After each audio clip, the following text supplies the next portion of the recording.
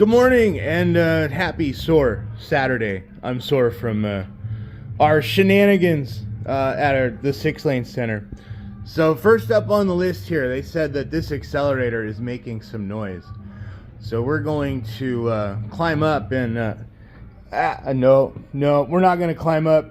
My back hurts too much. I can't go up this way. We're going to go around so we don't have to climb. Yeah, that's pretty noisy. Let's shut it off. Wow. So we have removed our drive belt. Let's turn it back on and listen to just the motor. Motor's nice and quiet, or doesn't seem to be too big of an issue here. So cut that back off. So I think as an experiment, we're going to loosen the motor and slide it up. We're going to reduce our belt tension. One of the other things that I did notice, let's see if I can wobble you guys around over here. It makes a ticking sound. Pay attention to this set screw position as I rotate it. Made a clunky click right there. Clunky click right there. It makes that noise every time the set screw is in this position. So I'm wondering if maybe we have a loose set screw also. Maybe the shaft has worn out. We don't know yet. So we loosened all 4 of our bolts and we shifted this up just a fraction of an inch. Belt tension looks good. Our set screw in there was very, very tight. What I noticed when we pulled the drive belt off and I was manually turning the long accelerator belt, I didn't feel any roughness in the bearings, right? A lot of times a bad bearing will translate. You can feel it in the belt as you're moving it, and I didn't feel that. So let's turn this on with some reduced belt tension and see what happens.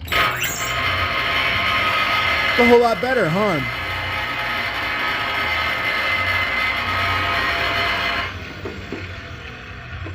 Still kind of noisy. I'm wondering if this motor's starting to go out. Or box isn't very secure.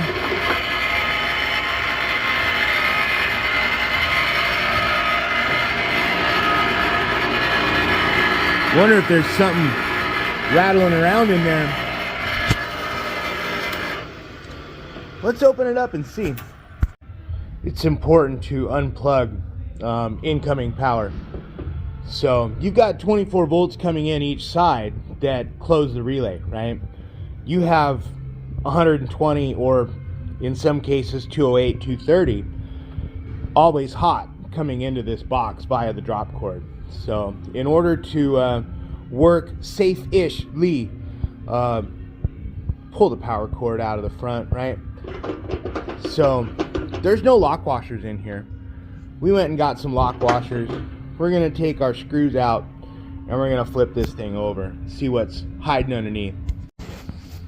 So everything underneath looks good. You know, we don't have any relays that have fallen down and are bouncing around. So no surprises in here. This is good. So we're gonna flip that back down. We're going to put lock washers in there so our case isn't rattling around. I think there's more going on to it than just that being loose. But we kind of need to do a little bit of a process of elimination. Well, let's see how that may have helped us. Maybe, I don't know. It's not bad. Still have a little bit of vibration.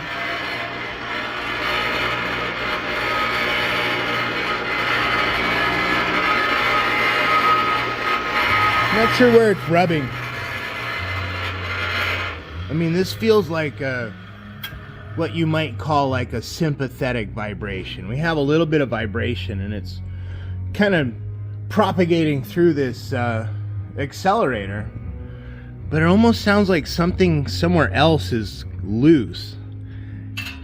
Well, that's loose.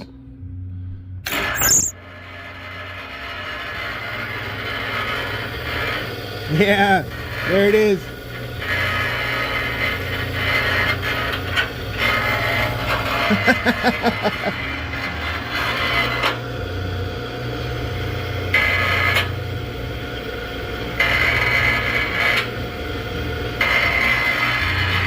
Crazy.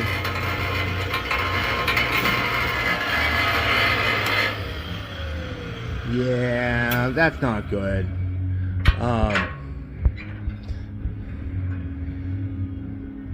I'm not sure how this is attached. Well, this one isn't attached other than some duct tape. Yeah, get that rake board out of your face. I'm not sure how we want to approach this. I'm not very familiar with these types of transition rails. I don't know. This is in pretty bad shape, man. Yeah, let me, I'm gonna cut it off here, and we'll see if we can find a solution. Well, you're not gonna like this, but I did a little bit of digging around. Tape.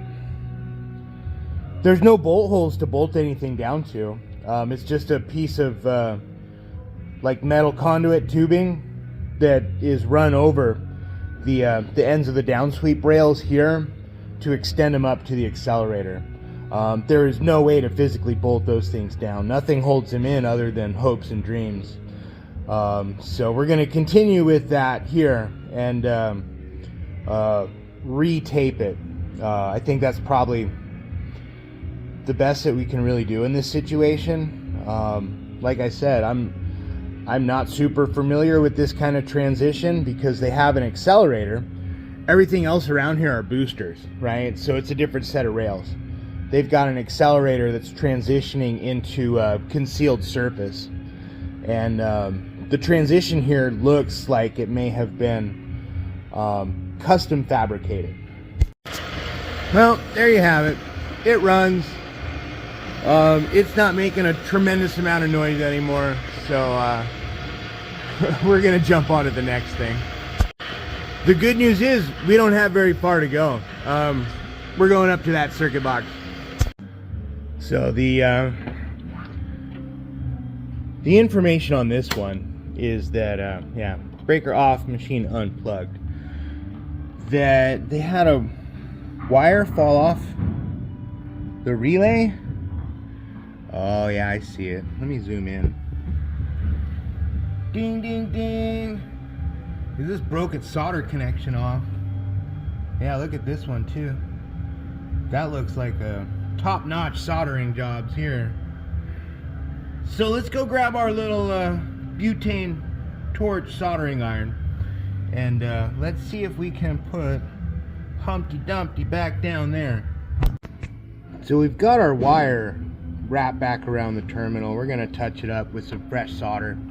I pulled the screw out to release the relay, so we had a little more working room in there. Alright, so we've got everything put back together. We're going to plug it in. We're going to make sure that our rear mechanics switches are in the off position. Flip our breaker on, and we're going to do the Chris Stevens 1, 2, 3, please don't blow up. 1, 2, 3, please don't blow up. Uh-oh. We got no on. We have no on. Uh-oh. I wonder if that loose wire contacted the frame or something somewhere and tripped our fuse. Visually, I can't tell if that looks good or not. So let's go grab the meter and potentially some more fuses. 3.2 amp fuse seems to be good, but we don't know if our masking unit switch is off or any of that kind of stuff. Focus.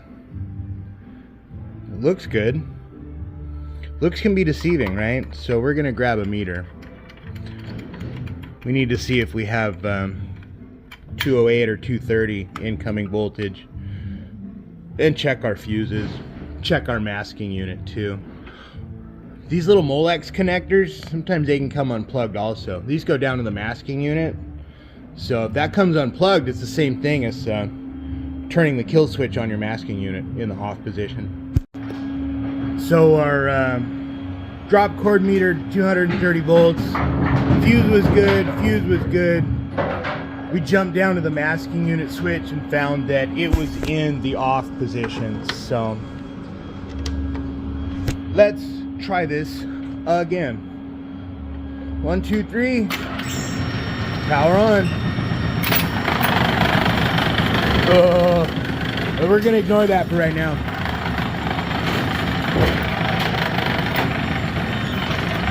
Put your blinders on. Audio blinders.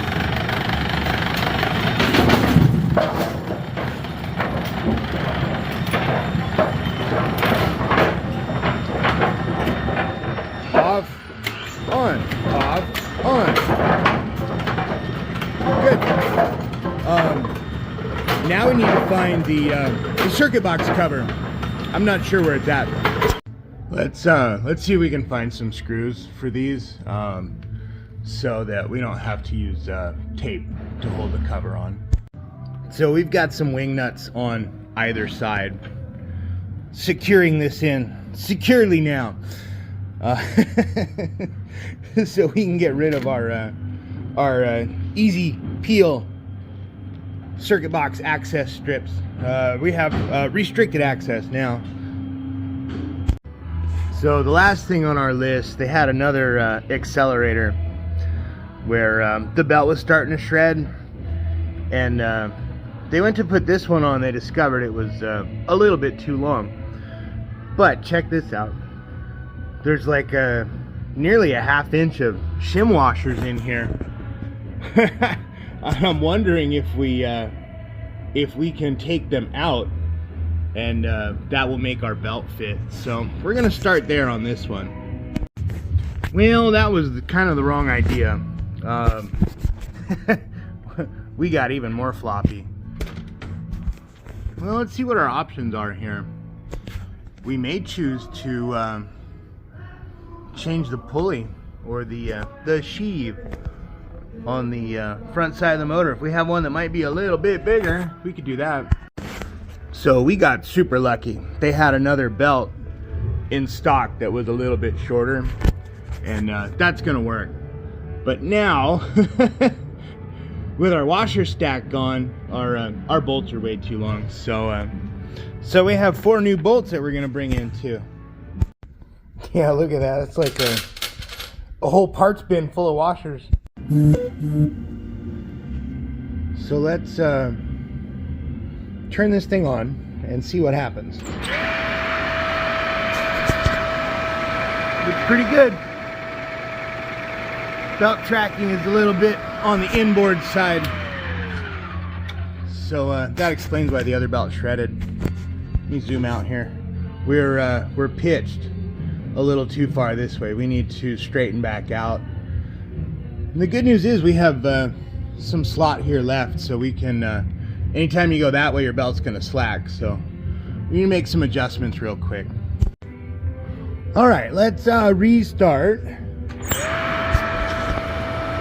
Beautiful. Tracking is beautiful.